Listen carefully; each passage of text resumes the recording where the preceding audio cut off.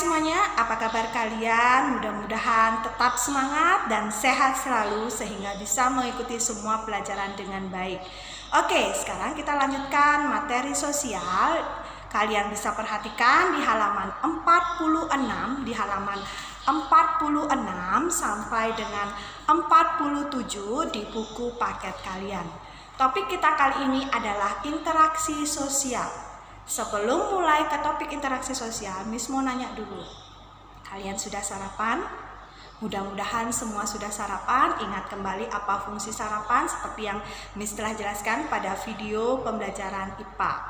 Nah, saat kalian sarapan, apakah bim salabim langsung tersedia ada di depan kalian ketika kalian bilang sarapan langsung muncul? Ya, tentu saja tidak. Di sana membutuhkan proses. Prosesnya ada mbak, mama, atau siapapun menyiapkan sarapan, memasak, menghidangkan. Nah, dalam proses itu bahan makanan juga tidak ada begitu saja. Mereka harus membeli dulu, kemudian mengolah. Nah, di sanalah di buku paket kalian temukan kalimat makhluk sosial. Bila dihubungkan dengan pernyataan tadi, manusia itu tidak bisa hidup sendiri. Ingat, kalian tidak bisa hidup sendiri karena manusia adalah makhluk sosial, atau di buku disebutkan Zoonpolitikon, di mana sebagai makhluk sosial manusia tidak bisa hidup sendiri. Jadi membutuhkan bantuan, pertolongan dari orang lainnya. Oke, apa hubungannya dengan materi kita selanjutnya? Di sini ada interaksi sosial. Apa itu interaksi sosial? Kalian coba baca di halaman 46 dan garis bawahi apa yang disebutkan saat ini. Interaksi sosial adalah hubungan-hubungan yang menyangkut hubungan antar individu, individu dengan kelompok, dan kelompok dengan kelompok. Kalian sekarang perhatikan di halaman 46. Di halaman 46 ini, perhatikan di halaman 46 ada 3 gambar. Yang pertama, kalian perhatikan ada 2 orang anak yang sedang bermain, berbicara sambil memegang laptop mereka masing-masing. Kemudian yang kedua itu ada gambar guru sedang menjelaskan di depan kelas. Kemudian yang ketiga ada gambar pertandingan bola voli. Nah, sekarang kita bahas satu-satu. Yang pertama, gambar pertama ada 2 orang anak sedang berbicara, bercakap-cakap sambil memegang laptop masing-masing. Itu adalah menunjukkan hubungan antar individu. Antar individu artinya individu satu dengan individu yang lainnya, orang yang satu dengan orang yang lainnya. Mereka saling berinteraksi, bertanya jawab dan lain sebagainya. Itu untuk yang pertama, interaksi antar individu. Kemudian yang kedua, kalian perhatikan di sekitar Miss di sini.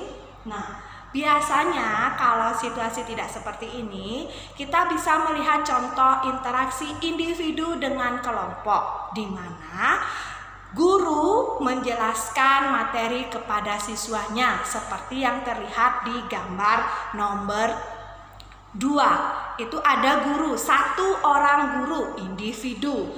Banyak anak, banyak siswa, kelompok. Jadi yang nomor 2 itu interaksi antara individu dengan kelompok.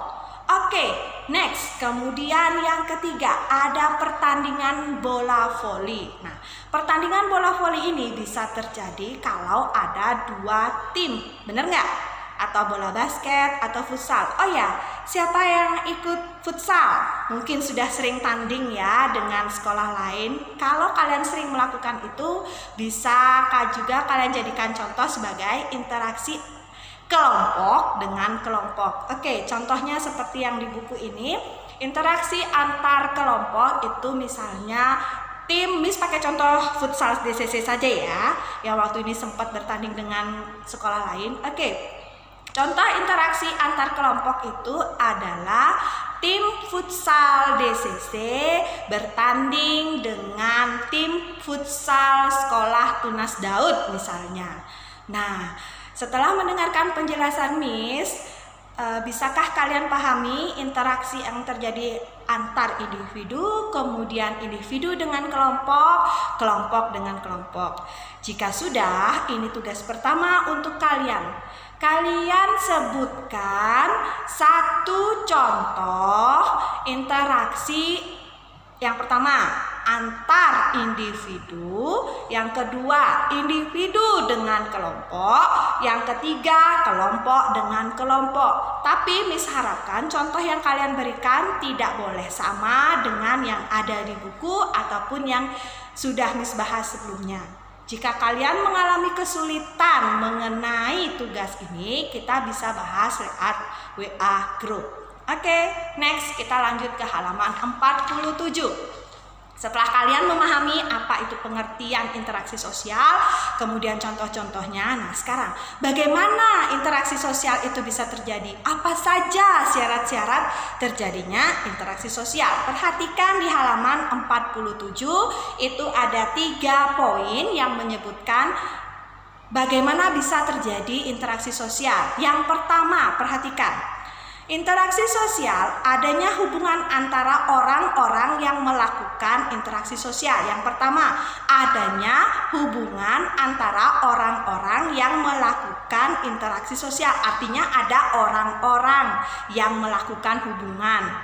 Nah, kemudian yang kedua, adanya komunikasi dua arah atau timbal balik. Nah, ingat, adanya komunikasi dua arah atau timbal balik.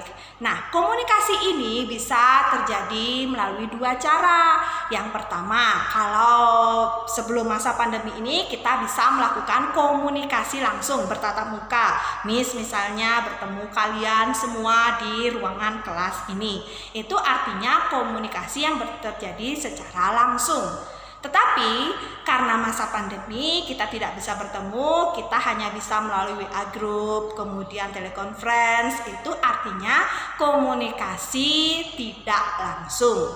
Nah, itu yang kedua, adanya komunikasi dua arah timbal balik. Next, yang ketiga itu adalah interaksi sosial dilakukan untuk, ingat, interaksi sosial dilakukan untuk memenuhi kebutuhan hidup. Misalnya, kalian ingin makan ikan, seperti yang dijelaskan sebelumnya. Apakah ikan itu langsung ada di hadapan kalian? Tentu saja tidak.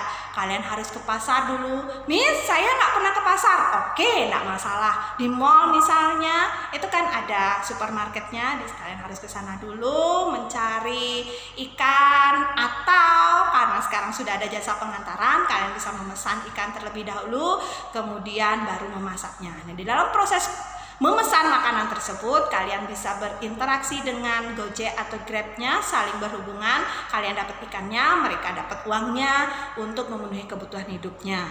Oke, itu adalah 3 syarat utama terjadinya interaksi sosial. Tugas kalian yang kedua itu adalah sebutkan 3 hal atau 3 syarat yang harus dipenuhi dalam melakukan interaksi sosial. Itu tugas yang kedua. Kemudian untuk tugas yang ketiga, mengapa manusia itu disebut sebagai makhluk sosial? Oke, di dalam video ini Miss sudah menjelaskan di awal pengertian makhluk sosial. Jadi, ada 3 tugas untuk kalian dan Miss harapkan kalian mengumpulkan tepat waktu di Google Classroom. Jika ada pertanyaan mengenai materi ini ataupun mengenai tugas, kalian bisa tanyakan melalui WA group. Oke, anak-anak? Demikian materi yang bisa Miss sampaikan. Untuk seterusnya Miss akan lanjutkan di video berikutnya. Selamat belajar anak-anak, tetap semangat.